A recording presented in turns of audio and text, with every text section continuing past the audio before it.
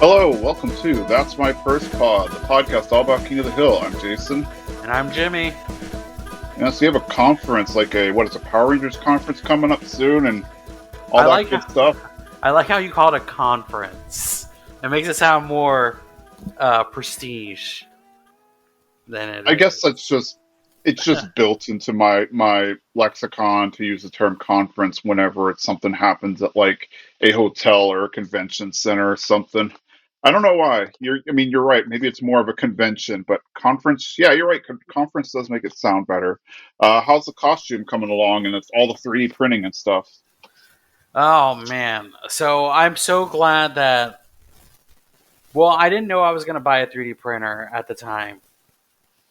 So my friend 3D printed me some of my props that I needed to make. That's been a hassle. Um, so I've made a lot of props before, but I've never made myself a spray paint booth. I kind of just spray paint in the wild.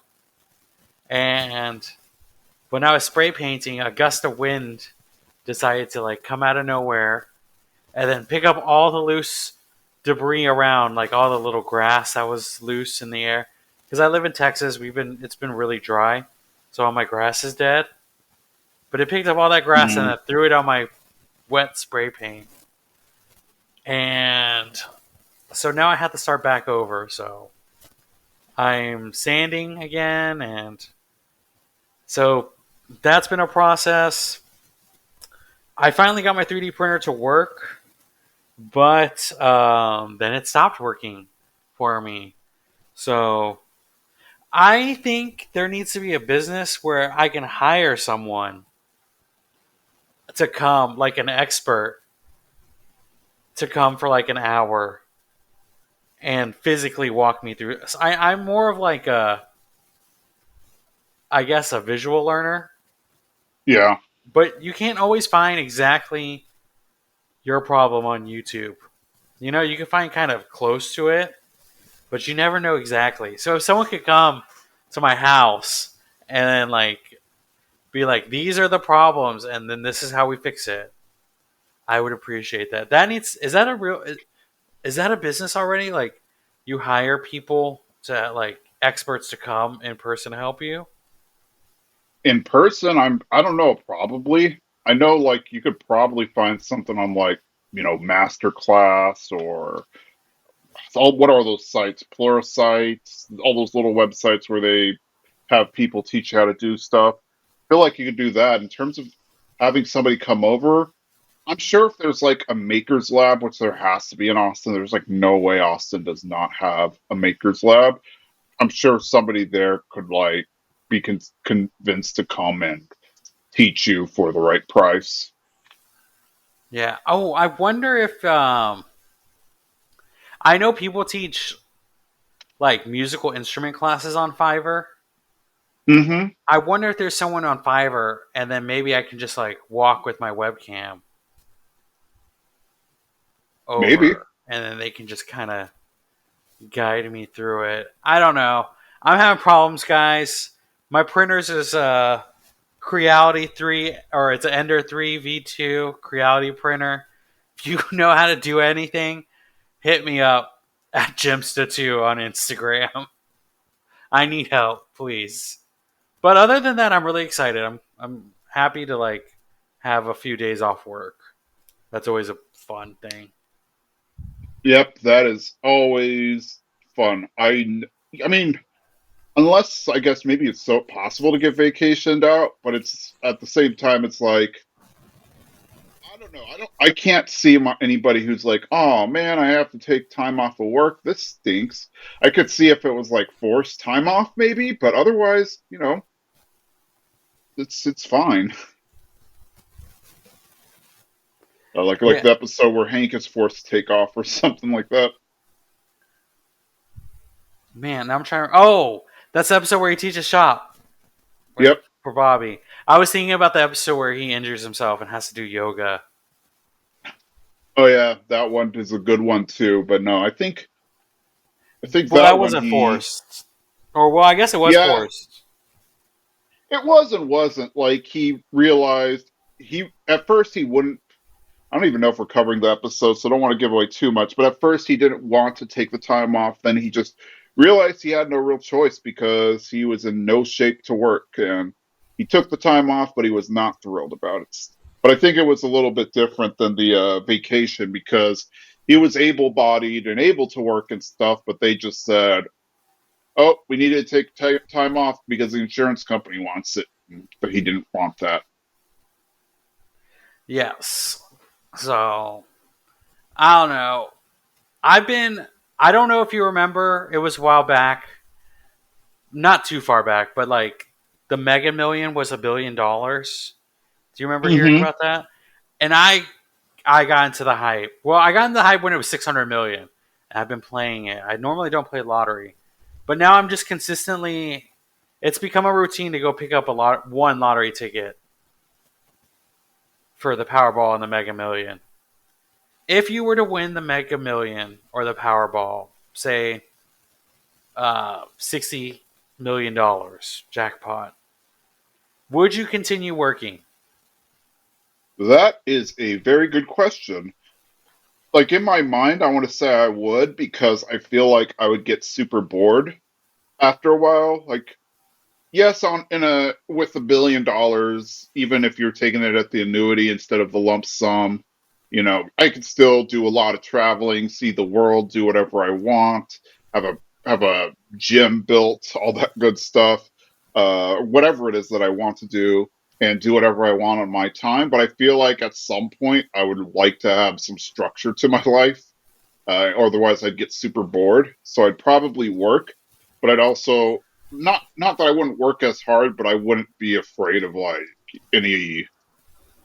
It would you would have this new level of freedom knowing that like nobody can hurt you because you have so much money on the side. Like if you did get laid off or whatever, it wouldn't make a big deal. I definitely feel like I would go to work every day and be like, I don't need to be here. You know, like just have that attitude, like, you guys better be nice to me today, like, because if I quit here, I'll be fine. But I do know if I was to win, when I was a kid, the dream was to own my own comic book store. But comic book stores are you're either successful or you're failing. But I feel like I don't know, $60 million broken down. Say, what if I get like $2 million a year for 30 years? I think I could run a failing comic book store for a while just to keep me occupied. That's true, but there's also that idea. What's the word I'm looking for? I guess the idea of if you don't have anything, if you don't have that carrot and the stick in front of you, then maybe you won't try as hard. So, like, you won't try to make the comic book business succeed because you don't need it to succeed because you have a bunch of money to keep you going for the rest of your life. It'd be Yeah. like if you knew that you had like to make everything work month after month after month, it might instill you to work and try harder and actually make it a good business. But that's just an argument. I don't know. I don't know if I'd say that that's necessarily true or false, but I could see that. Just, I mean, like me, if I said, "Oh, I've always wanted to own a club or a bar or a video game store or whatnot, and I have $1 billion, so I can just start the dr- company of my dreams, but I don't actually need to because I'm living comfortably for the rest of my life."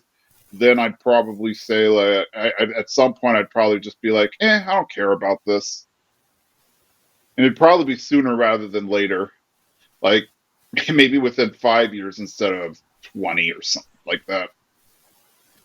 True. Maybe I just have a string of failing businesses. Or it's the same building. I don't know if you remember, but like on campus, on UT campus, on like the drag, there was always this building that was always a rotating restaurant. Like they were always failing, and then a new restaurant was always popping up there. I feel like that would be me. The same building, just new idea each like few months or every couple years. It's a new. new Yeah, venture. I think the actual term, and it's probably not what's it called, PC by today's standard, but the term I've heard for describing those kind of buildings is Indian burial ground. And it's basically a business that just like whatever in that location, any business that opens there winds up dying within like 2 years. And there's a few of those in Austin, like business, these like little areas that everything that opens there always closes within 2 to 3 years. And I feel like maybe I'm sure the drag has a lot of those. But yeah, that's probably. I definitely would not work. Yeah, I think they probably created a new term for it, and now now I've probably used the wrong one. It should, I mean, admittedly, it should not be called that because that is disrespectful to actual native people and their tribal rituals and whatnot. But you know what I mean? It's essentially this business where, oh, if it, this.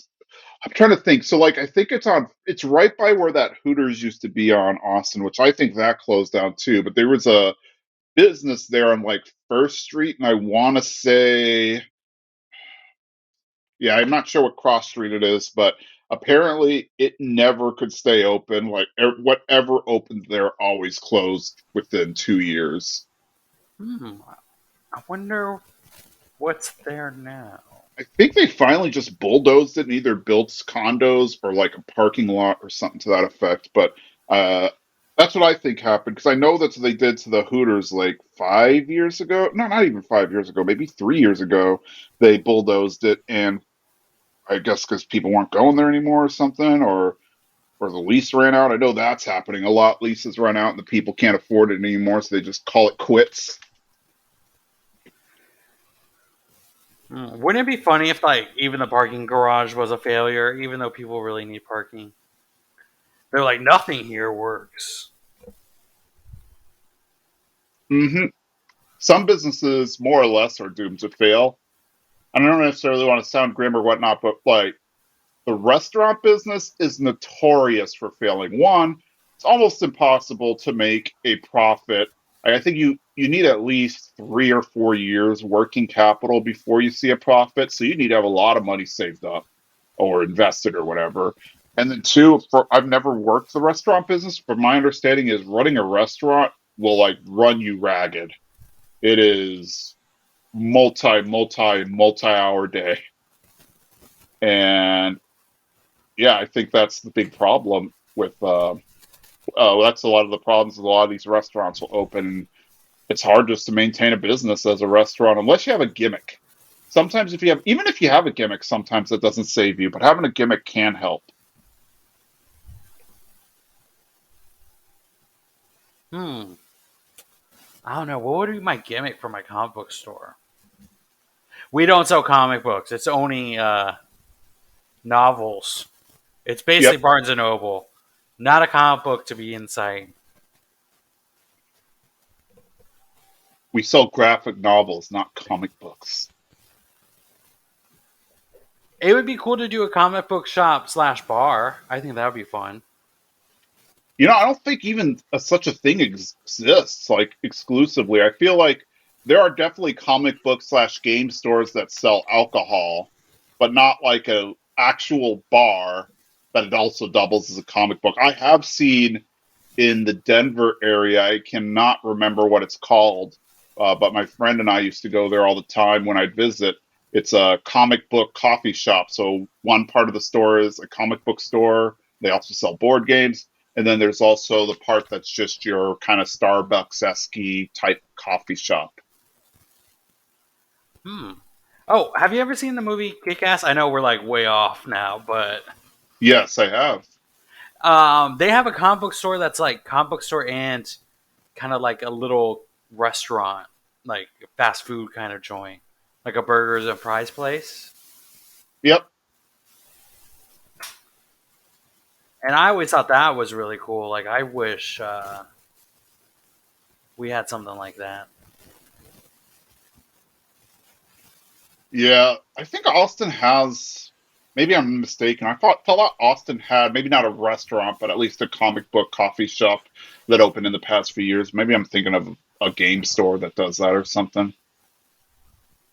I know we have like board game bars, Okay, that's but probably what I'm thinking of. um, but nothing really like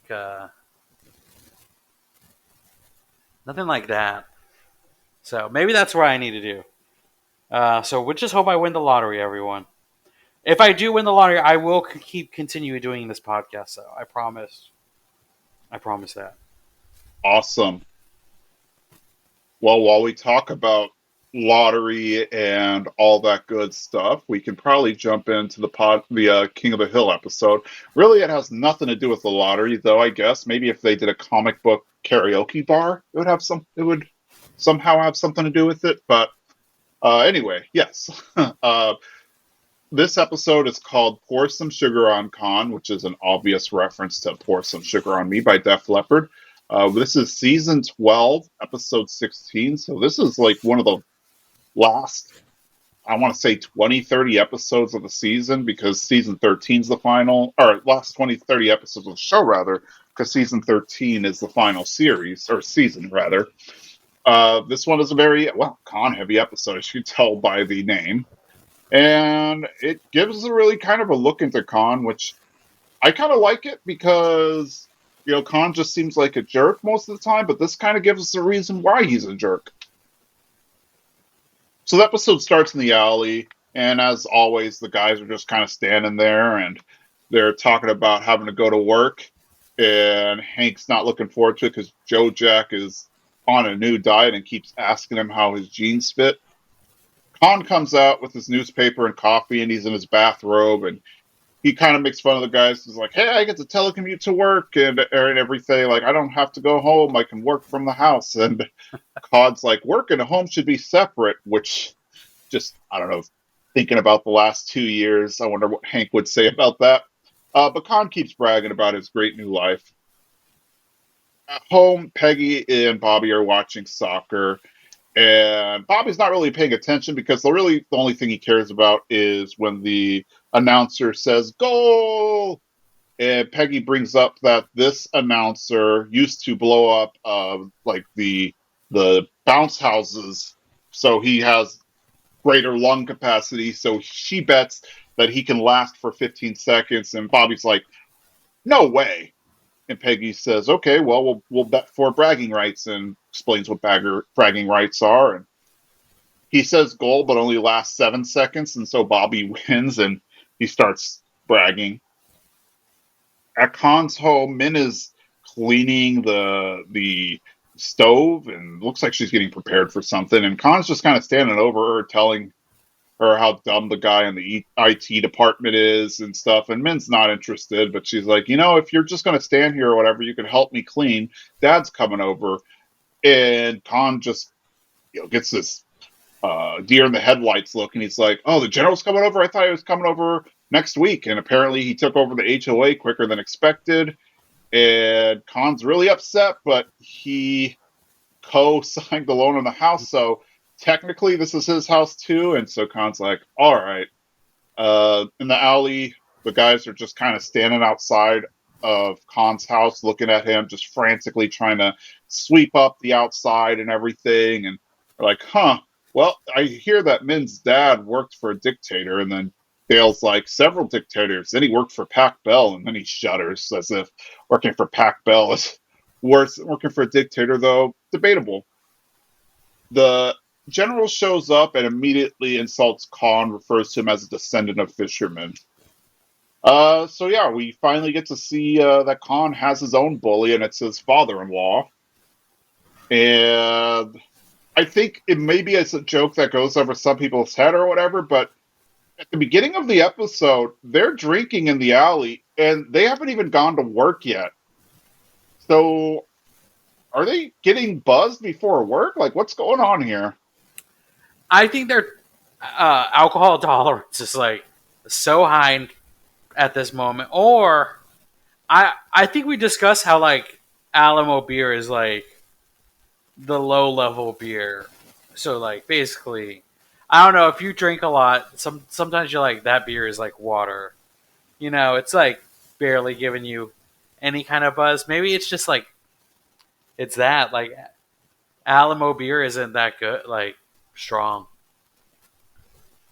Maybe, or maybe it's just a laughing thing, and that's what they do. Because I feel like maybe the other guys, but Hank just seems like such a guy who wouldn't want to be in an altered state when he goes to work. There's been a few episodes where he's been like prescribed painkillers and stuff, and he's like, "Whoa, I don't need any of that. I work in a propane shop or whatever." So I feel like he would not want to do that, but maybe he just needs a light buzz before going to work, or maybe he just needs a light buzz before he can deal with Joe Jack. I don't know. Or maybe he's got a late work day. Maybe he's going in later. Ah, good point. Maybe he's not going until noon. Yeah, and he's like, might as well drink. And I don't know. Dale, I don't. I feel like he's like, I don't care what state I'm in. Yeah.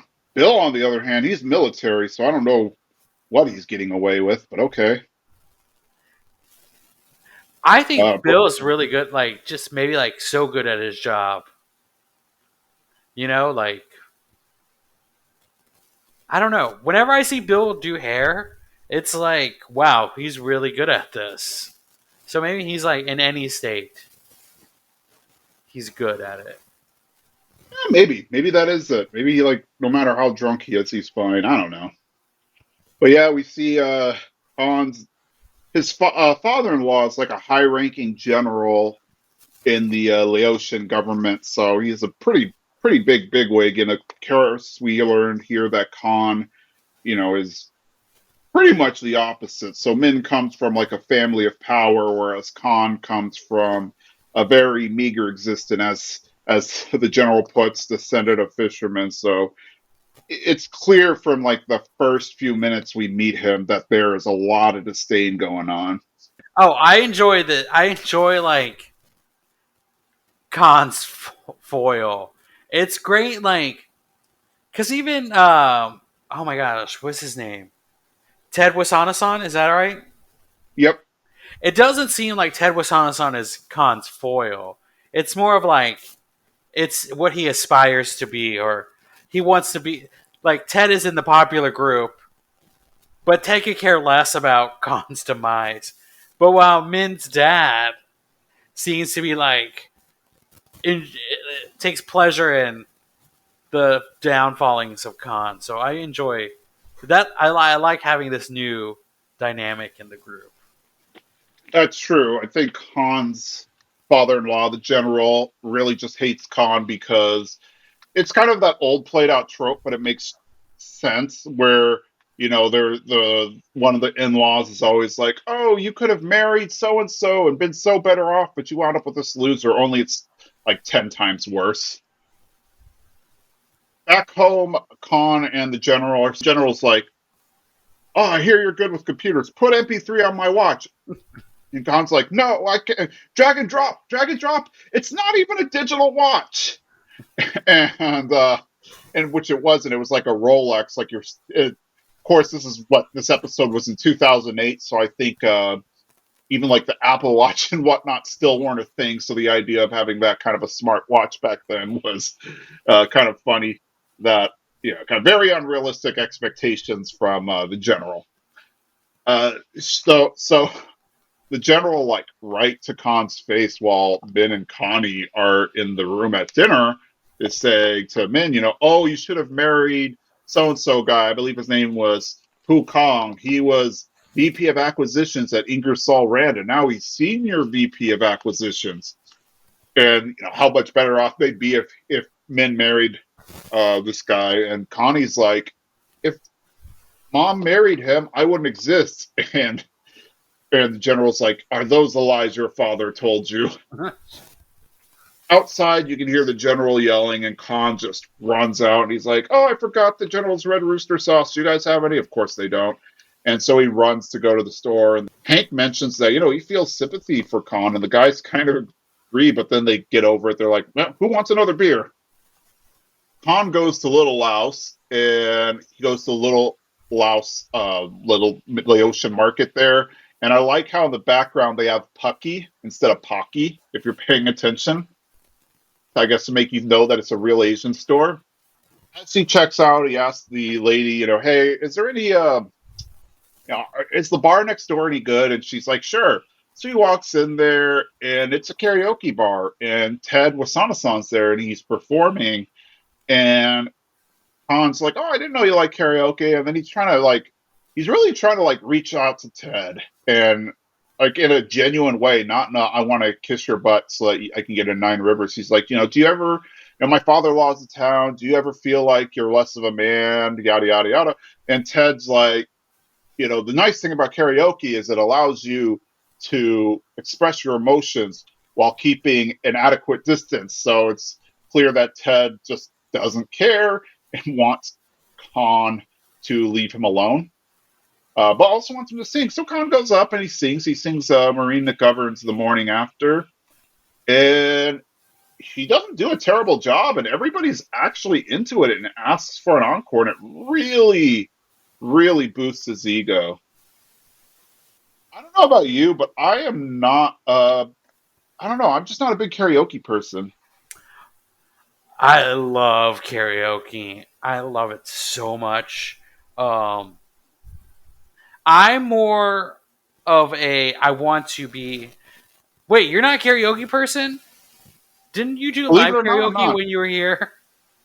I did do live karaoke, but in general, like, so live karaoke is its own thing because it allows you to live off your dreams of being a rock star. Because instead of singing to like a disc and having the little computer in front of you and you're singing and whatnot, and the music's not quite what it's supposed to be. I don't know if it's because they're trying to skirt copyright laws or whatever. You actually have a live band performing the song behind you. Like you get to live your rock star dreams that way. So that's different. It's in its own category. I was really. Oh man, I wanted to do it, but I was super nervous because it was like rock songs. I think Mm-hmm. was the theme of that, and there was very few rock songs that I feel very comfortable going out with. I really wish they would have done '80s night or like '80s songs because I would have Yeah. definitely been jamming out to that. But I love karaoke. I love performing like with the live audience. I think that's way better. A few of the Comic Cons I've been to, some of the after parties will have karaoke like that. I enjoy that. I know some of my friends like to get the private rooms, where you're only karaokeing with your group of friends. Mm-hmm. For me, that's not as much fun, but love karaoke. Do you have a go to song? Like Kahn has a song. Do you have a go to karaoke song? To be honest, I do not. I usually go with something from the 90s, to be honest, but generally speaking, no, I do not. Mine, and this might surprise people, or might not be a surprise to anyone. My go to karaoke song is "Super Bass" by Nicki Minaj.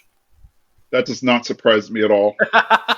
It is funny that you bring up the karaoke rooms because that is kind of the distinct difference between karaoke in the West and karaoke in the East. Because I've spent my time in Asia and whatnot. And yeah, like they don't do karaoke the way we do, or we don't do karaoke the way they do, however you choose to see it. Whereas we have like a giant room and somebody goes on stage and you're singing in front of your friends and strangers and everything. In Asia, generally speaking, karaoke is you get a private room with your friends and you just kind of sing your head off. So it's usually like you and I don't know, maybe five of your friends, whoever you can fit in the room. Some of those rooms are decent sized, you can fit a lot of people. And I actually kind of find it interesting because they're in Little Laos, which to me it reminds me a little bit of Austin. Like I always joke about how not San Francisco, but Los Angeles has like a legitimate Koreatown. Even Dallas has kind of a legitimate Koreatown, and I always joke about how Austin has Korean Corner because right there at like Lamar and Justice, where the Hanyang and the Tour de Jour and the Austin Karaoke is like where all these like, I think except for maybe one business, they're all Korean businesses, So it's like it was like when you look at Little Laos, I think you only saw like a strip mall with 4 stores in it. But hey, there you go, whatever you can get. But also like when you go to here in San Francisco and Austin, wherever, it seems like whenever you go to like an Asian karaoke bar, even if it's in the West, it fits that karaoke room style. So I found it interesting that he goes to the bar in Little Laos and it is more of the Western style. Now, granted, I think that works better for the story, but still, Yeah, I feel like I would go to that bar. That would be my hangout for sure. I would definitely drag you to there. yes, I probably would if I was visiting Austin. If you lived here, we probably go there every weekend. Uh huh. Well, Kahn returns home after the karaoke and he is elated. He's just like on top of the world. And he tells everybody about the karaoke night. And Min and Connie are just super happy, and they're really into it. Like, oh, what was it like? Did you use air guitar? Yada yada yada. And the general is, of course, trying to put Con down by saying, "Oh, you're not even singing your own songs. You're singing someone else's song. Here is a poem I wrote while I was sitting on trial in The Hague." And he says his poem, which was very grim. It's almost like he was trying to justify war crimes. But putting that aside, uh, when he finishes saying his poem, Connie's just like, okay, whatever. And she's like, so Dad, how was the karaoke? And then Con was like, oh, we need to respect our elders and listen to the general's poem. But when he's done, I'll tell you all about how I crowd surfed. And the general is clearly upset because he's not bothering Con, and that is what he wants to do. In the alley, Dale is talking about something that sounds like he's talking about how he wants to be buried, and he talks about how he needs a casket and a cannon. And then Con shows up and he gives Hank his mail. And Hank's like, oh, great, the Snap on catalog. I've been waiting for this for years. And apparently, Con's been getting that letter for him for years, and he's just been throwing it out. So Hank kind of grimaces at him, but at the same time, he's at least happy that Con finally did the right thing. And it seems like nothing's bothering him since he started karaoke. Con decides to invite the guys to join him at the karaoke night. They go to the karaoke night, and Hank says he's never seen that many people interested in talking to Con. The general is like, oh, this is a bunch of losers, so Con is the king loser. Khan sings without words, which is very, very risky. And he sings with his heart out, does the mic drop, everybody cheers. A coworker comes up and they say, originally we were going to come here to make fun of you, but we liked it. And then he's like, man, it's a shame that they force you to telecommute. So it sounds like they have him telecommuting not because it's more convenient for him, but because nobody wants him in the office. But he kind of brushes it off when he hears that. We go back to the Hill House and we see that Hank's happy that Con's happy and Con's behaving nice. And Peggy points out that well, Con's only happy right now because he's feeling on top of the world. Deep down, Con sees himself as a failure, and when he fails again, he will go back to being a jerk. Bobby decides to make a wager on it. And Hank's against it because he's like, you can't bet on a person. But of course, Peggy's like, oh, this is how mother son bonding looks nowadays. And so they bet. And this time it's for reverse bragging rights. So essentially, you have to say the praises of the winner. The loser has to say the praises of the winner. In the alley, the guys are working on their car. Bill congratulates Con for another great night. And Con invites them to Nine Rivers for a fundraiser to raise money for the other fundraiser they had. He is the headliner. General is coming, and this time he's not going to wait in the car. The general comes out and is just yelling at Con and asks Con to clean his shirt. And Con just stood him up and said, nope, I'm talking to my friends. And the general just kind of grimaces and walks off. And Hank applauds Con for standing up to the general and offers some beer. So yeah, Con looks like he's on top of the world right now. I like this new con. It's a great he's found a way to channel his energy. And that's I don't know. It's great seeing him. I always love when Khan joins the group instead of actually working against us. Yeah, Yeah, I liked when Kahn did that, and I think Peggy really hits on something. And it's what they often say about narcissism. So like people who act like they're better than everyone else. A lot of experts believe that people who are narcissistic are actually doing that because they actually think that they are like lower than everybody else, or they don't have as much of a value. And so the way they compensate by that is trying to like either a convince everybody how much better they are, so, oh, look, I can afford this, or I can afford that, or I was able to do this, or I'm so smart, or whatever the case might be. Or because they can't bring themselves up, they put everybody else down. And Khan seems to do a little bit of both, truth be told. Hmm. Yeah, so now Khan feels good about himself. He feels on top of the world because he's getting respect from people. And, Peggy brings up a good point. Maybe once that goes away, he will return back to his old ways. I always forget how much I love the B storyline in this episode as well. The Peggy and Bobby bets. Yeah. I think it's just a fun, subtle thing. But it is interesting that Peggy diagnosed something kind of correctly. So I guess props to Peggy. Peggy is at sometimes really smart and at sometimes very confident. I'll put that way. Yep. I think this one she's like spot on with. Khan suffers from low self esteem. And to be honest, it's easy to see where it comes from because in previous episodes we see it's like Ted Wasana's song. And in some world, Khan believes he should at least be maybe not necessarily as rich and successful as Ted Wasana's song, but definitely more rich and successful than he is right now. And at the same time, he's just, I don't know, it's just, I, when you meet his father, you realize, or his father-in-law rather, you realize that Khan's just hasn't had an easy time this whole time. Like they just keep making fun of him, and it's got a road on you. So I think that's why he's always the way he is.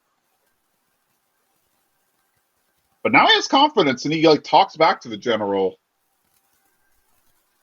We go to Nine Rivers. Everybody's dressed up real nice too, but I guess that makes sense because in country clubs they do not smile upon people who show up in t-shirts or whatever. They usually like, oh, you need to wear jackets coming to the dining room or whatever.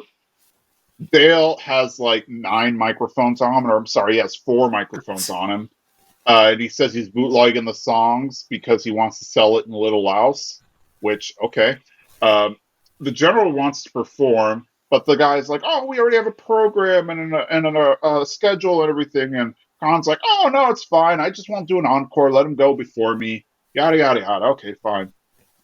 The general goes up, and you can see that he requests a song, and the DJ is like, no, but then the general, like, shakes his fist at him, and the DJ relents, and he is performing Khan's song, which is like a no-no in the karaoke world, according to Dale. Yeah, stealing his song is like stealing his wife and then making him listen to it.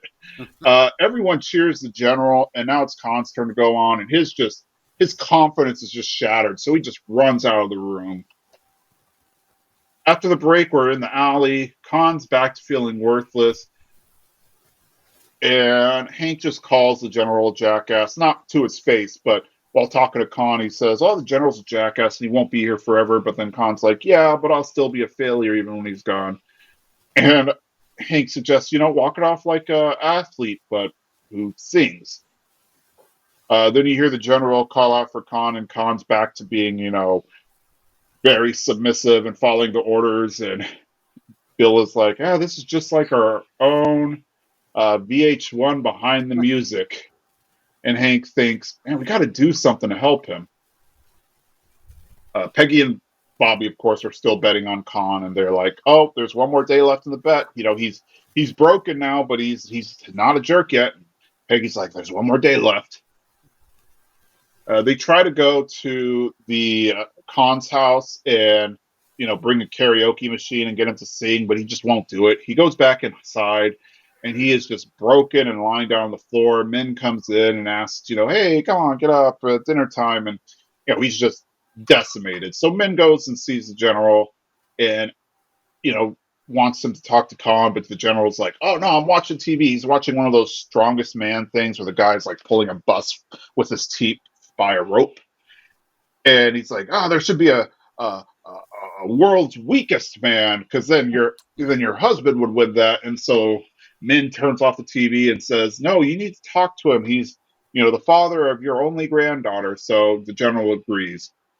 General goes in to talk to Khan, and I wouldn't call it a pep talk. It's more of a agreement. The general is like, "You're a failure. You're a loser. You're a nothing. Everything you do, I'm better in every way. Now, if you can accept that, I will leave and help you save face amongst your friends." And Khan accepts the deal happily, actually.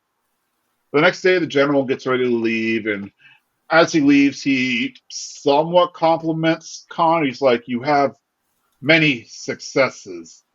Uh, you've married my wife and have a daughter with her. You have achieved things."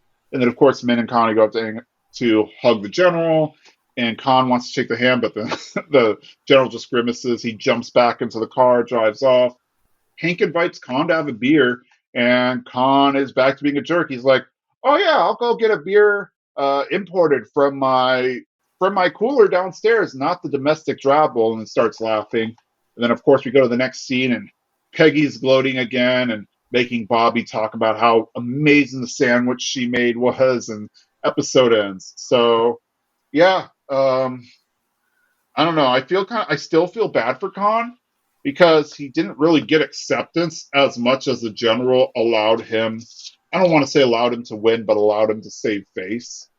Well, I mean, for Khan, that's a win, right? Yeah. Saving face is a win. I think he's like, well, I mean, if you can't have the real thing, he's like, this is. I don't want to say Khan is superficial, but Khan is a little superficial. Oh, he's absolutely superficial. There's very little depth to his character in the episodes. His big thing is he's trying to climb the social ladder. That is his character. I mean, you know what? This is a. He's like, this is a win. I really hope he goes back. I doubt he goes back to perform karaoke anywhere, but I hope he does. Yeah, he just kind of gives up, which is sad. Like, okay, I get that the general sang your song, but find another song that you can really kick butt at. Like, I'm sure flat in that book there's another one, and you know, and he's not like he's bad at his version either. Like, I still thought his version was better comparatively to what the general did. But yeah, what the general saying, like the general doing that was just dumb. Like it's clear that he literally lives just to screw with Khan. Like that is his reason to live nowadays. Yeah, I wonder. Well, no, I was gonna say I wonder if. Do you think it's because Khan married men? I don't. I don't Oh, know. absolutely, that's 100% it because Laos is a communist country and whatnot, and he was a high-ranking official in the country. So, for all intents and purposes, his family was really well off, and yet men went to marry like a low. Don't want to say low life, like low life in the general's mind, but more realistically, like a working class guy. She rebelled and went to a working class guy. And I think he thinks like, oh, our family is so great. We should be with other powerful people and stuff. Like my daughter shouldn't be married to somebody whose family is lower class. And I'm sure like his friends back home probably make fun of it too, because, I highly doubt, at least back when he was living in Laos or whatever, I, I highly doubt that he like had a lot of commoner friends. I bet all of his friends were government officials, and so they all probably had daughters who married really rich people. And so now he's like, "Oh, my daughter. Now this makes me look bad now." Yeah, That's my theory, and I'm sticking with it. I think that's a good theory. I don't find any plot holes in it at all. Yeah, and I think you see that a lot. Like that's a trope, not just in King of the Hill, but just in a lot of rom coms and stuff, where rich girl and poor poor guy, and dad doesn't like him and everything. Like, I think that's that. And I think that's probably where Kahn, that actually might just be where Kahn gets all of it from. Like, the fact that probably most of his adult life that he's been married to men, he's been getting crap from the general about not being good enough. And so now he really, really, really tries hard to boost his ego by either putting other people down or bragging about what he has. And it's kind of implied that nobody really likes him because we all know that Hank and them really just kind of tolerate him. But Hank makes that comment of, "Oh, I've never seen anybody actually interested in talking to Kahn." And then they kind of hint at the fact the reason he worked for home was because nobody really wanted him in the office anymore. So it just sounds like he's not a well liked person. Mm. It is interesting. I mean, I don't know if we're gonna. Are we doing any of his mom episodes? Khan's mom? I don't Just know. the one, but I think we are doing that one. Yeah. It's interesting when we do that. You could like how this is how Min's dad is, and then we meet Khan's mom, and just the just the way people were raised. It is kind of interesting. Or who raised these people? Yep, it is. And I don't know. I guess that's why Khan is the way he is. That's my theory. You know, it is hinted in one of the earlier episodes that they may have started dating in like their late teenage years. So, that's pretty early in his life. So probably what, 20 some odd years he's had this guy just belittling him because of where he came from, and so he's just trying to climb the social ladder. But I think he's also his own worst enemy a lot of times because the show hints at it many many times that you know he rubs people the wrong way all the time, and that may be why he's held back as much as he is. I feel like if we saw more of the Khan that had the confidence that he had after doing the karaoke or whatnot, he'd probably be much better off in life than he is now, and not necessarily because he's smart or anything, but because he's just more enjoyable to be around. Yeah. People would want to work for him, and he'd probably have a better chance of getting promotions and all that stuff because people enjoyed being around him. I mean, granted, that's not the only reason you get a promotion, but it definitely helps. It's hard to get ahead if nobody likes you. But then he couldn't work from home anymore. That's true. Well, he would have eventually if COVID hit Ireland, which it probably would have. I kind of wonder if they're going to put if they'll bring that up in the next episode or in the remake, like because if they do a remake and they age them up and everything, and it's like takes place in 2024 or whatever, I wonder if they'll like casually mention the COVID lockdowns or whatever, or if they'll just they're in an alternate universe where COVID was never a thing. I hope it's an alternate universe. I don't like it when the shows reflect COVID in it. I watch a lot of medical drama shows, and then all of them have done like the COVID episode. I'm like, I'm here for fantasy, guys. I don't want to have real life involved. Yeah, yeah, a lot of episodes. South Park did that too, the COVID special, which was kind of funny because I like the post-COVID special where COVID's finally over, but it's been like 30 years and everybody's an adult now. Oh well, when South Park does it, it's okay. Yeah.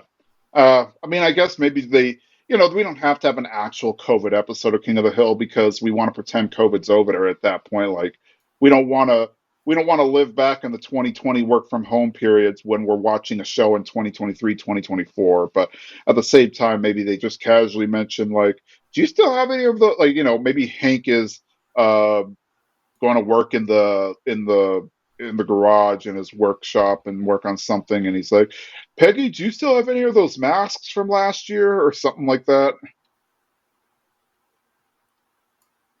Oh, that'd be that. I hope. I don't know.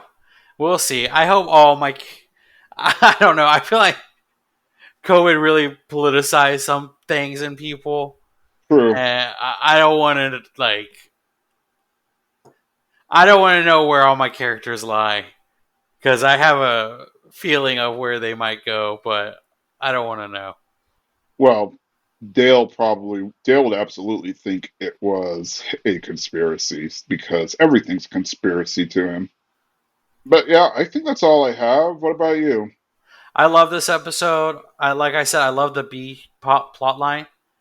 It's really great. Um, Man, definitely a good watch. This is a fun, just kind of sit back and watch episode. When it's if there's ever a marathon playing, I don't remember there being too many marathons at King of the Hill though. But whenever they played multiple episodes, this one I wouldn't mind watching. I feel like though all of them I wouldn't mind watching. Awesome. I agree. I love or just about every episode. I mean, like I said, there's a few that I absolutely hate. When I say few, I mean like probably less than five. There's some that I'm indifferent to, but I'll still watch them when it's on. I'd be like, yeah, it's not my favorite, but it's still a good episode. But yeah, if this comes on, definitely watch it, even though it's a later episode. And we know how I feel about that. Next time, we are going to do the episode Not in My Back Hoe. We're going to go back to the early episodes. Until then, I am Jason. And I'm Jimmy. Bye. Bye.